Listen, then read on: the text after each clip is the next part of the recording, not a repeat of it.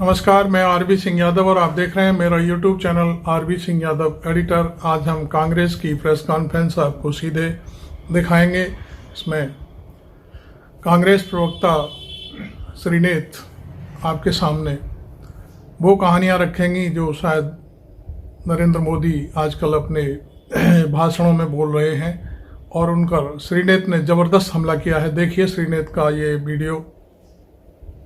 सब लिखते हैं या इस देश को चलाने की कुवत रखते हैं, सवाल इस बात का है। असलियत यह है कि 10 साल की मोदी सरकार के बाद आज जब यह देश चुनाव के मुहाने पर आकर खड़ा है तो प्रधानमंत्री को अपना रिपोर्ट कार्ड दिखाकर वोट मांगना चाहिए, प्रधानमंत्री को अपने काम गिनाने चाहिए, लेकिन उसमें नील बटा सन्नाटा स्कोर है, उसमें जबरदस्त फेल का ठप्पा लगा हुआ है। तो प्रधानमंत्री मोदी इधर उधर की बात करके मन बहला रहे हैं लोगों का, और जब कुछ नहीं बचता है मोदी जी के पास तो वही घिसी पिटी हिंदू मुसलमान की स्क्रिप्ट पर आकर गिर जाते हैं। 10 साल के बाद बजाय अपना काम गिनाने के, 10 साल के बाद बजाय अपना रिपोर्ट कार्ड दिखाने के, नरेंद्र मोदी आज भी हिंदू मुसलमान की बात कर रहे हैं। यह सच है कि वो घबराए हुए हैं, यह सच है कि वो बौखलाए हुए हैं, यह सच है कि बीजेपी के अपने सर्वे, आरएसएस के अपने सर्वे का फीडबैक है कि बीजेपी 180 पर अटकी हुई है और लगातार ग्राफ गिरता जा रहा है। यह भी सच है कि हमारी चाहे भारत जोड़ो यात्रा रही हो या भारत जोड़ो न्याय यात्रा रही, या जो हमारा घोषणा पत्र न्याय पत्र के नाम से आया, उसमें पूरी तरह से साफ हो गया है कि प्राथमिकताएं क्या है। हमारे घोषणा पत्र की चर्चा आप जैसे मीडिया के प्रबुद्ध साथियों ने की, विशेषज्ञों और जानकारों ने की, और विरोधियों को भी यह कहना पड़ रहा है कि एक बड़े व्यापक दृष्टिकोण का खाका है, यह एक ब्लूप्रिंट है भारत के भविष्य के लिए, और 10 साल में जो भी समस्याएं इस देश के लोगों पर लादी गई हैं उन सबका कहीं समाधान भी है, और क्रमबद्ध तरीके से समाधान है। और यह भी सच है, जैसा कि हमारे नेता राहुल जी ने कहा, कि यह घोषणा पत्र कुछ 2 विशेषज्ञों ने बैठकर पूंजीपतियों की सूची लेकर नहीं बनाया है। यह घोषणा पत्र भारत की आवाज है, इस देश की आवाज है। यह घोषणा पत्र उन लाखों करोड़ों लोगों की अपेक्षाओं पे, उनकी आकांक्षाओं पे, उनकी आशंकाओं और उनकी चुनौतियों के बेसिस पर बना है, जो भारत जोड़ो यात्रा और भारत जोड़ो न्याय यात्रा में कांग्रेस से, कांग्रेस के शीर्ष नेतृत्व से, हमारे लीडर से, हमारे अध्यक्ष से लगातार मिलते रहते हैं। और इसीलिए भारतीय जनता पार्टी और प्रधानमंत्री पर सीधा हमला है। चर्चा शुरू हुई, प्रधानमंत्री को लगा अरे भैया क्या किया जाए। हमने लाइव ली। मेरा अपना मानना है और मैं दावे के साथ ये कह सकती हूँ कि उनका एक चरण चुंबक उनके पास गया होगा और कहा होगा, मोदी जी कांग्रेस का मैनिफेस्टो तो बड़ा अच्छा है, सब लोग बड़ी बातें कर रहे हैं, कह रहे हैं बड़ा व्यापक दृष्टिकोण है, एक पूरा खाका तैयार कर दिया है भविष्य के भारत के लिए, आपको ये सब करना चाहिए था 10 सालों में। तो मोदी जी ने उससे ये नहीं कहा हाँ सही कह रहे हो, मोदी जी ने उससे कहा रे चेले घबरा मत, अभी देख मैं अपनी अगली इलेक्शन रैली में क्या करता हूं, मुद्दे से ही भटका दूंगा। और ऐसा घटिया और शर्मनाक बयान नरेंद्र मोदी देते हैं, कहते हैं हमारे घोषणा पत्र पर मुस्लिम लीग की छाप है। असलियत यह है कि ये वो दिल में जो इतना अथाह प्रेम, इतना प्रगाढ़ प्रेम है मुस्लिम लीग के लिए नरेंद्र मोदी और भारतीय जनता पार्टी के नेताओं का, जो रह रह कर छलक जाता है। वो गागर इतनी भरी है प्रेम से कि वो समझती नहीं है, वो रह रह कर छलक जाती है। ये असलियत है। उनके मुस्लिम लीग की प्रेम की बात अभी मैं थोड़ी देर में करूंगी, लेकिन हमारे घोषणा पत्र पर किसकी छाप है इसकी चर्चा पहले करना चाहती हूं। जैसा कि मैंने आपको पहले भी बताया कि हमारा घोषणा पत्र 5 न्याय के स्तंभों पर आधारित है। वो युवा न्याय है, नारी न्याय है, किसान न्याय है, श्रमिक न्याय है, हिस्सेदारी न्याय है। इसके अलावा हमने राज्यों की समस्याओं पर, सुरक्षा की समस्याओं पर तमाम बातें और बड़े व्यापक दृष्टिकोण से वो बातें दी हैं।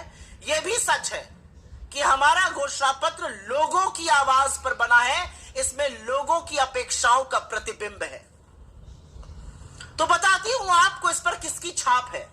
इस पर छाप है उन करोड़ों लोगों की जो भारत जोड़ो यात्रा और भारत जोड़ो न्याय यात्रा में हमारी तरफ एक उम्मीद की नजर से देखते हैं। इस पर छाप है देश के युवाओं की, इस पर छाप है देश की नारियों की, इस पर छाप है देश के किसानों की, इस पर छाप है देश के श्रमिकों की, इस पर छाप है देश के उन लोगों की जो हाशिए पर है, और उनकी भागीदारी और हिस्सेदारी हम सुनिश्चित करेंगे। इस पर अमिट छाप है उन लोगों की जिन्होंने 10 साल से सिर्फ जुमले झेले। इस पर उन लोगों की छाप है जो गरीब से और गरीब हो गए। इस पर उन लोगों की छाप है जिन्होंने कोरोना काल में अपनों को तड़प तड़प के दम तोड़ते देखा। इस पर छाप है उन श्रमिकों की जो चिलचिलाती धूप में सड़कों पे नंगे पैर, फोपले और छाले लिए पैदल चलने को मजबूर थे। इस पर छाप है देश के उन लोगों की जिनके हक मार के धन्ना सेठों की तिजोरियां भरी गई। इस पर छाप है उन लघु मध्यम उद्योगों की जिन पर ताले पड़ गए इस सरकार की मनमानी नीतियों से। इस पर छाप है उन 700 किसानों की जो हक मांगते हुए शहीद हो गए। इस पर छाप है उन किसानों की जो हक मांगकर जब लौट रहे थे तो उनको गाजर मूली की तरह रौंद दिया गया। इस पर छाप है उन युवाओं की जो जी तोड़ मेहनत करते हैं, हर संभव प्रयास करते हैं, और जब इम्तिहान देते हैं पेपर लीक हो जाता है तो वो हताश हो जाते हैं। इस पर उनकी छाप है। इस पर छाप है सरहद पर तैनात उस सैनिक की जो जाड़ा गर्मी बरसात नहीं देखता और इस सरहद की रक्षा करता है। इस पर छाप है गलवान के उन शहीदों की जिनके प्रति श्रद्धा तो छोड़िए, आरोपियों को क्लीन चिट देने का काम इस देश के प्रधानमंत्री ने किया। इस पर छाप है उन सैनिकों की जिनके शौर्य और पराक्रम के बल पर यह देश सुरक्षित है, हम और आप सुरक्षित हैं, लेकिन जिनके शौर्य और पराक्रम और मनोबल को तोड़ने का काम नरेंद्र मोदी की क्लीन चिट और उनके विदेश मंत्री के उल जलूल बयान करते हैं। इस प्रेस कॉन्फ्रेंस को अंत तक देखिए, आप सारी बातें कश्मीर की। इस पर छाप है मणिपुर के लोगों आपके सामने आएंगी। इस पर छाप है और मेरे चैनल को सब्सक्राइब भी करते जाइए। आंदोलित जनता की। इस पर छाप है उन सब बड़े सरकारी संस्थानों की जिसकी नींव पर यह देश खड़ा हुआ है और जिसको लगातार बेचने का काम नरेंद्र मोदी कर रहे हैं। इस पर छाप है देश की जनता की, इस पर छाप है हौसले की, इस पर छाप है आशा और उम्मीद की। लेकिन क्यों मोदी जी ने ऐसा कहा? कभी आपने सोचा है? कुछ और कह सकते थे कि यह गलत है, यह नहीं संभव है, यह नहीं होगा, कुछ भी कह सकते थे। यह क्यों कहा? क्योंकि यही दिल का प्रेम है। इश्क और मुश्क छुपाए नहीं छुपते हैं, और मोदी जी और मोदी जी के पुरखों का मुस्लिम लीग से ऐसा इश्क है जो छुपता नहीं है।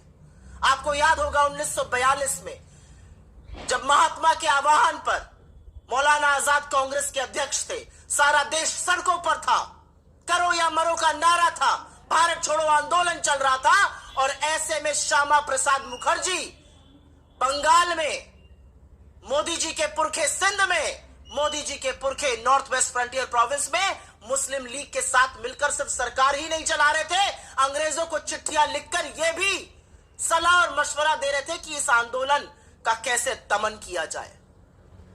ये ना हमारे सगे हैं, ना आपके सगे हैं, ना भारत मां के सगे हैं, ये हमेशा से सगे विभाजनकारी लोगों के हैं, विभाजनकारी पार्टियों के हैं, चाहे वो मुस्लिम लीग हो या फिर अंग्रेज हो।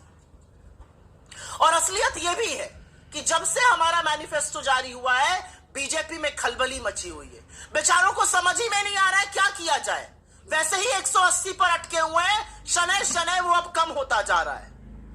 और इसीलिए मैं 1 मिनट में जरूर अपने मैनिफेस्टो का, जरूर अपने न्याय पत्र का जिक्र करना चाहती हूं कि क्यों हमें फक्र है इस पर, क्यों लोग कह रहे हैं कि एक व्यापक दृष्टिकोण है, क्यों लोग कह रहे हैं कि यही देश की तकदीर और तस्वीर बदलेगा।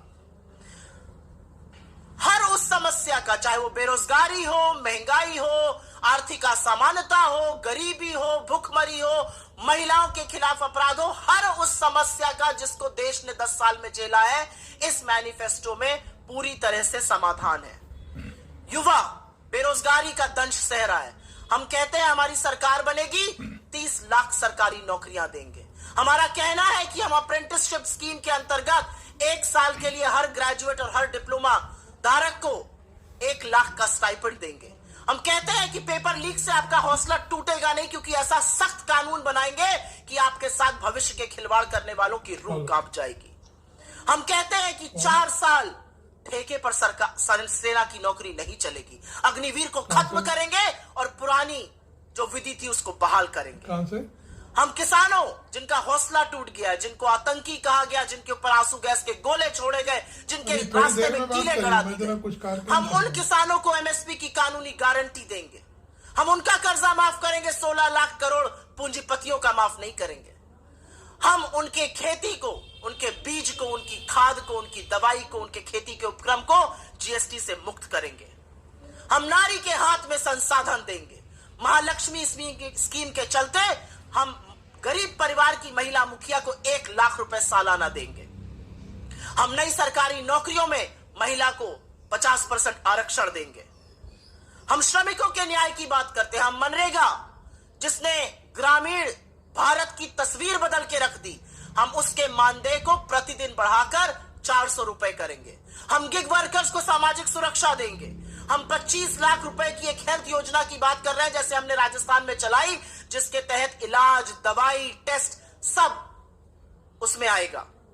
हम हिस्सेदारी की बात करते हैं। हम कहते हैं कि गिनती करनी ही पड़ेगी, क्योंकि जब तक आप सामाजिक और आर्थिक सेंसस नहीं कराइएगा, नहीं पता चलेगा कि समस्या कितनी है।